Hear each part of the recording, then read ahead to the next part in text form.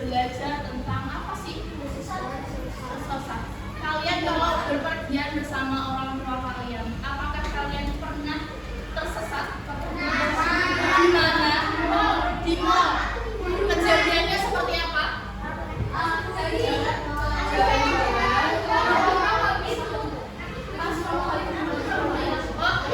Namanya hilang. Oke. Nah, sekarang ini tuh ada kaitannya dengan materi pembelajaran kita hari ini, yaitu tersesat. Nah, apa yang akan kita pelajari? Yang pertama yaitu mengidentifikasi masalah tentang cerita anak yang tersesat secara tepat. Terus yang kedua, menentukan solusi dari permasalahan tersebut. Yang ketiga, mengaitkan perilaku dalam cerita dengan sila-sila Pancasila. Yang keempat, menyampaikan hasil diskusi secara lisan dengan percaya diri. Oke, kalau Miss Eva bilang tepuk 1, bilangnya yes. Sekali lagi, tepuk 1, yes. Tepuk 2, oke. Tepuk 3, semangat. Tepuk 4, konsentrasi. Tepuk 5, tidak belajar. Sudah siap belajar hari ini? Ya. Oke. Ibu mulai ya. Sekarang kita menganalisis masalah pada video. Nah, Ibu akan menampilkan sebuah video. Silakan dengarkan baik-baik ya. Dicermati videonya. Apa masalahnya? Kalian harus tahu. Oke? Diperhatikan di depan. Didengarkan dulu.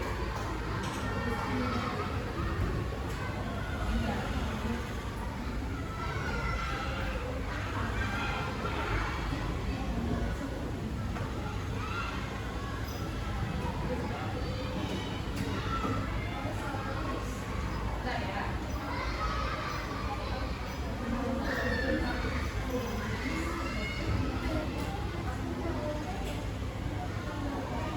Mengingat Bluetooth Mbak, dicoba Bluetooth.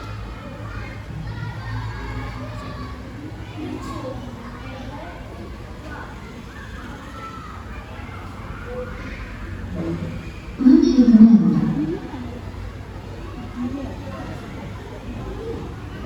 Sebentar ya.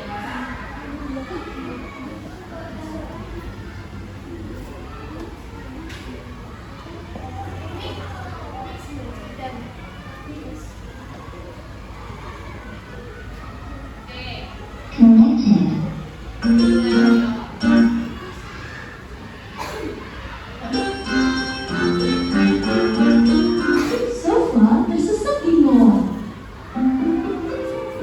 Pagi yang indah, ibu guru mengajarkan arti keberanian kepada murid-murid di kelas. Anak-anak, ketika kalian sedang tersesat, jangan pernah malu untuk bertanya kepada orang lain atau meminta bantuannya. Baik, guru.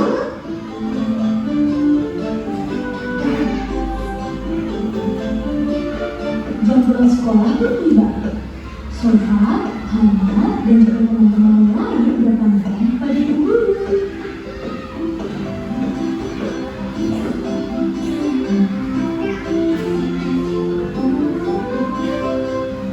Sofa, setelah makan siang, ikut ibu jalan-jalan yuk. Tapi ganti baju seragam dulu ya. Jalan-jalan? Asik! Mau kemana kita, Bu?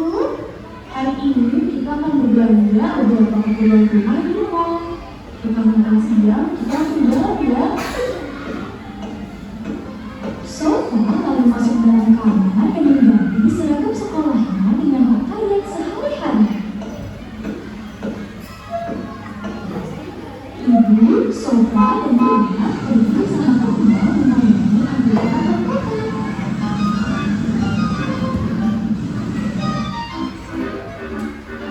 Sesampainya di sana, ibu langsung belanja beberapa barang keperluan rumah tangga.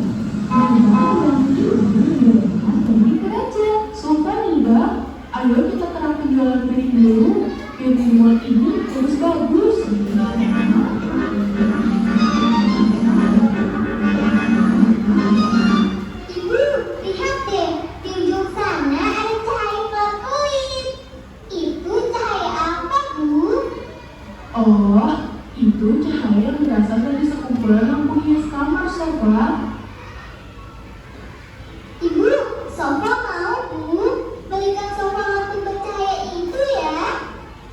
sayang, lampu hias di kamarmu kan masih bagus. Sofa yang penasaran dengan pernak-pernik lampu itu akhirnya berjalan mendekati area penjualan pernak-pernik lampu tersebut. Wah, indah sekali. Pasti ini lampu hias model terbaru. Di kamar sofa, lampu hiasnya beda dengan yang ini. Bagus sekali. Andai aku punya uang sendiri, pasti sudah aku beli. Sudah lain kali semoga sofa bisa membelinya dengan uang sendiri. Sofa berniat untuk kembali menemui ibunya. Sofa berpikir bahwa ibu dan Nida masih berada di ruang area penjualan piring dan gelas. Loh, ibu dan Nida di mana ya? Tadi bukannya mereka di sini. Ibu, Nida, di mana kalian?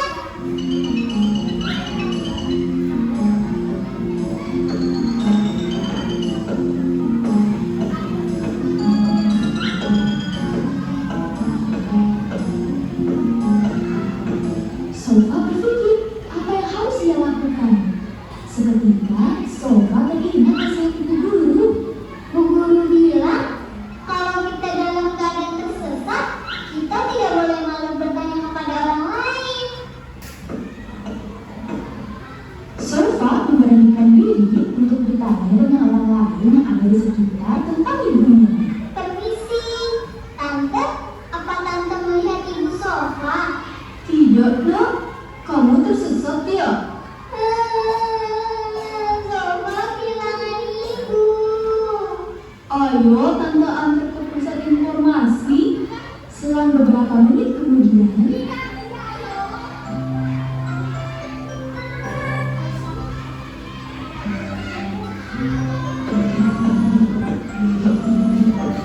Sofa, Ibu,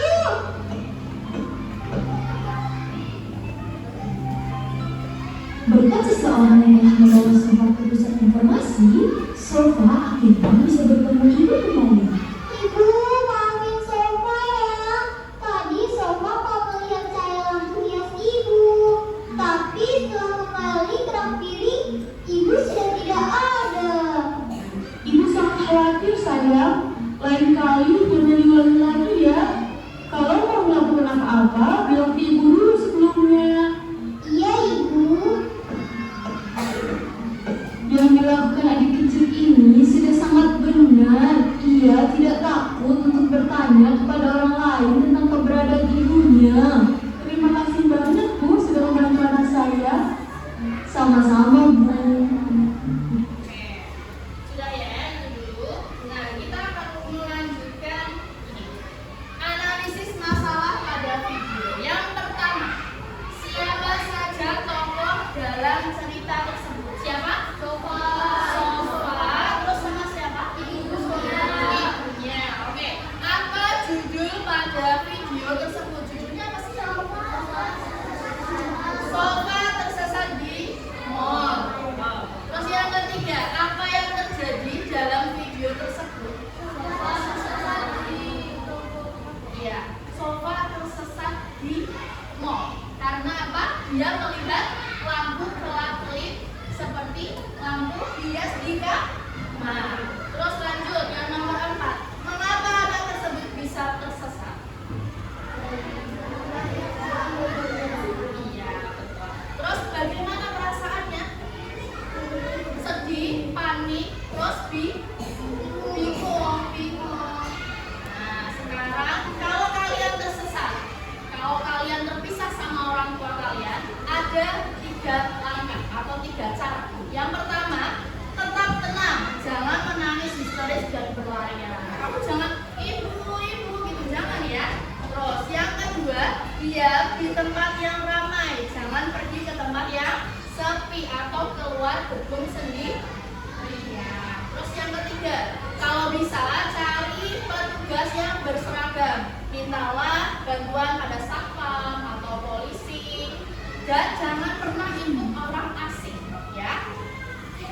Nah, terus jika ada orang asing yang memaksa membawamu atau kamu benar-benar tersesat di tempat yang sangat padat, itu ada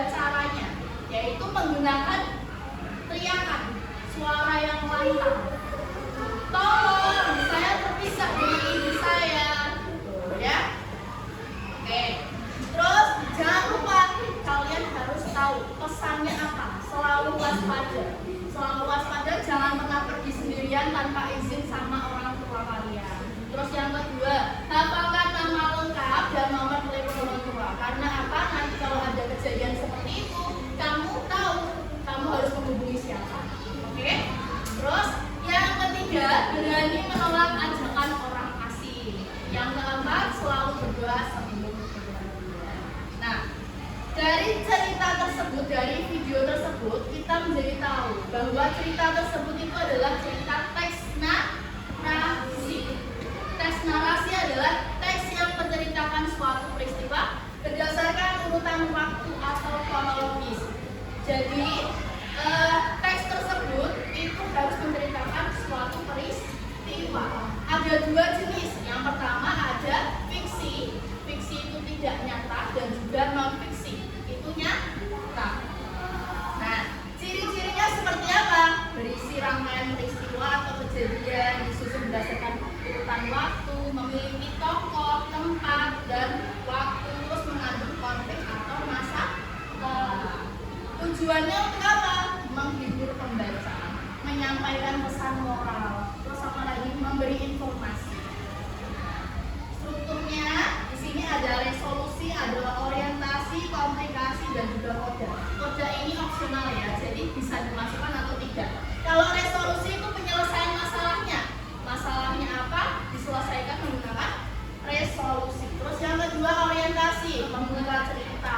Terus apa lagi? Memperkenalkan tokoh, tempatnya, waktunya. Kalau komplikasi itu munculnya masalah atau juga konflik.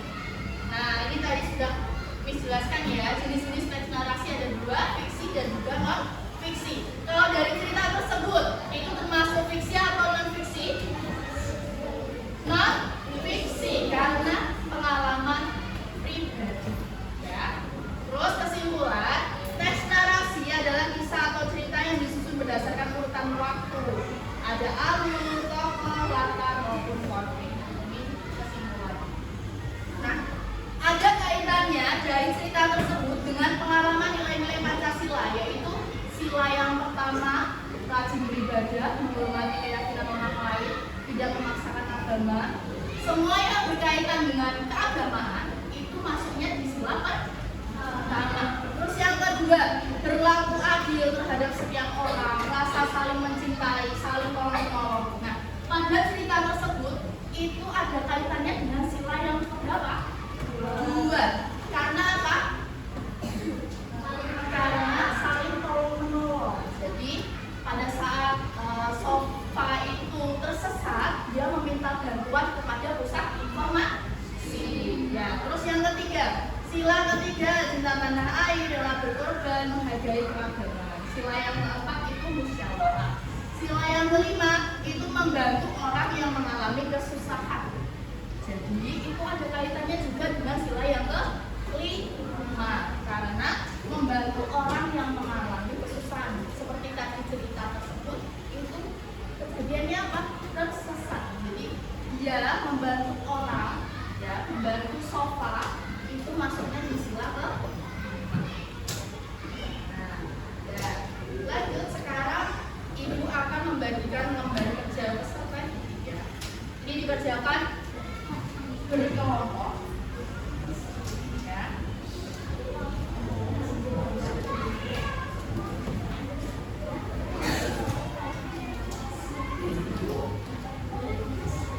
Boleh berdiskusi.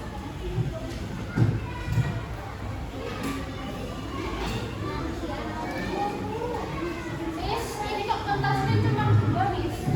Iya, dua. Ini kan berdiskusi, jadi kalian kerjaannya satu aja, satu dulu. Dan lihat ya di situ. Lihat, yang pertama di situ ada tujuan pembelajaran dan juga petunjuk pengisiannya. Petunjuk pengisian RKPP itu seperti apa? Perhatikan ya. Oke, sambil mempersingkat waktu, ibu akan bacakan, lalu kalian mencermati teksnya, ya. Dengarkan baik-baik teks bacaannya. Alia tersesat di taman kota. Pada hari Sabtu, Alia dan teman-temannya mengikuti kegiatan belajar di taman kota. Mereka berjalan bersama guru untuk melihat berbagai jenis tanaman. Saat Alia asik melihat kupu, ia tidak sadar bahwa teman-temannya sudah berjalan lebih jauh.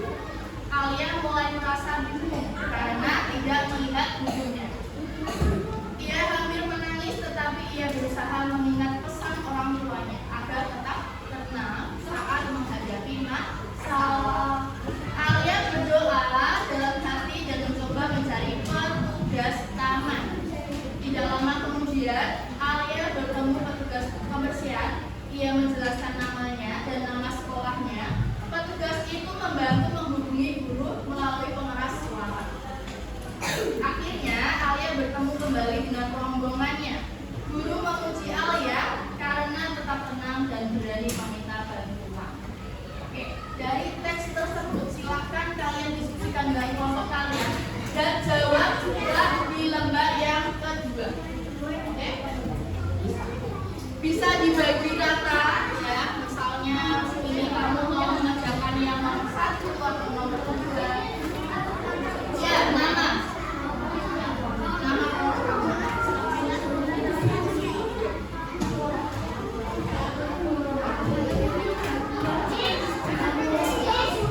Oke, dengarkan. Misalkan kasih waktu kalian ya. Dengarkan, misalkan kasih waktu kalian sampai pukul 12. Dimulai dari sekarang. Nama kelompok aja nanti biar mesti.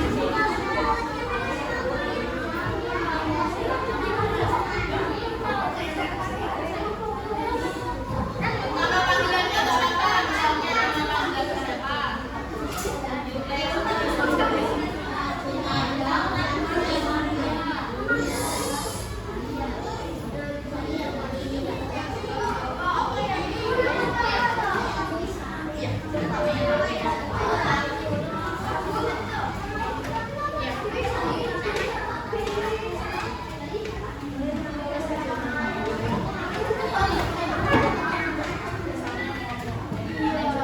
Gini aja, ini kelompok 1, ditulis kelompok 1, kelompok 2, kelompok 3, kelompok 4, kelompok 5, kelompok 6, kelompok 7. Silakan ditulis namanya kelompok berapa.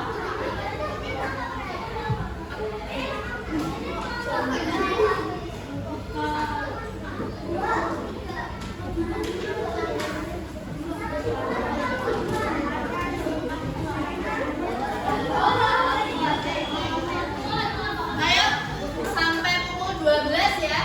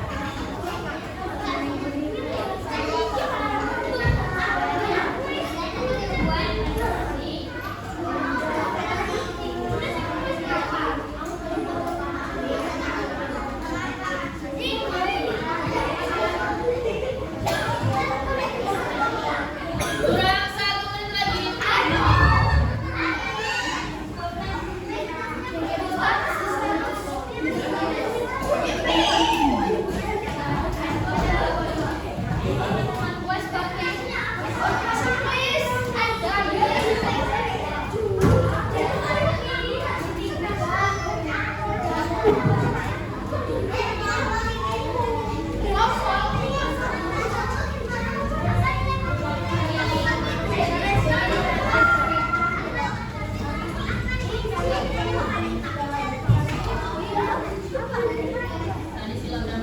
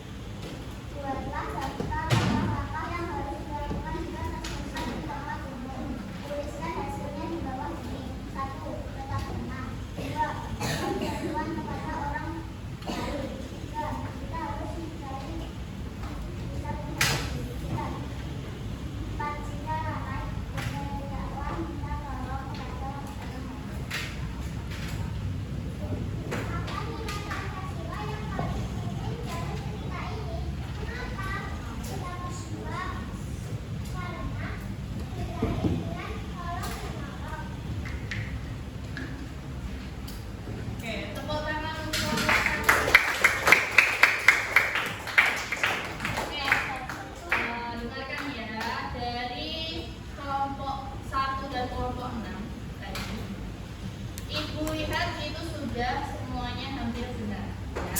Dari yang pertama, siapa tokoh utama dalam cerita? Ini siapa? Alia, teman, gurunya, dan juga petugas. Di mana peristiwa itu terjadi? Di mana? Taman kota. Mengapa Alia bisa tersesat? Karena ya, asik melihat kupu-kupu atau tidak mengikuti rombongan. Terus apa yang dilakukan Alia saat tersesat?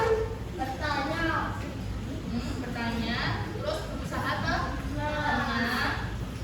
Dan yang kelima, sikap petugas yang membantu Alia mencerminkan sila keberapa? Sila kedua. Sila kedua benar? Oke. Terus buatlah daftar langkah-langkah yang harus dilakukan jika tersesat di tempat umum, minimal 4 langkah. Yang pertama, tetap tenang. Yang kedua, mencari bantuan. Yang ketiga, menanyakan. Bertanya. Iya, bertanya kepada orang dewasa, petugas atau polisi atau dan lain sebagainya. Iya, selanjutnya, apalagi? Jika padat, jika situasinya sangat padat, itu kalian bisa berteriak minta tolong. Jadi kalau di keramaian, kalian bisa minta tolong. Oke?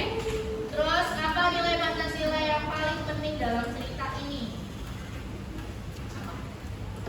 Sila keberapa? Yang kedua, karena berkaitan dengan apa? Good. Oke. Sekarang dengarkan baik-baik ya. Ini ibu akan membagikan soal individu. Ya. Dikerjakan sendiri-sendiri. Tidak boleh bersama.